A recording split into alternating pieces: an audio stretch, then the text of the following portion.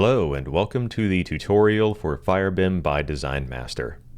If you'd like to follow along, links to the tutorial project and written tutorial are available in the video description. For this video, we'll briefly go over how you can take the concepts from these tutorials into new projects and where to go from here. Over the course of these tutorials, you've seen how you can bring FireBIM into an existing project to enhance your fire alarm design.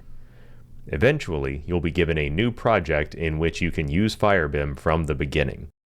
Let's take a quick look at how you can prepare for that and some of the workflows you can use. Make sure any panel and device families you plan to use are properly configured using the Family Edit command. That includes setting riser graphics, load values, and so on. Doing this work at the family level will save you from having to configure each instance of those devices later on. Configure your customization in your project templates or by exporting a customization file. This step will save you from having to configure the various customization commands over the course of the project.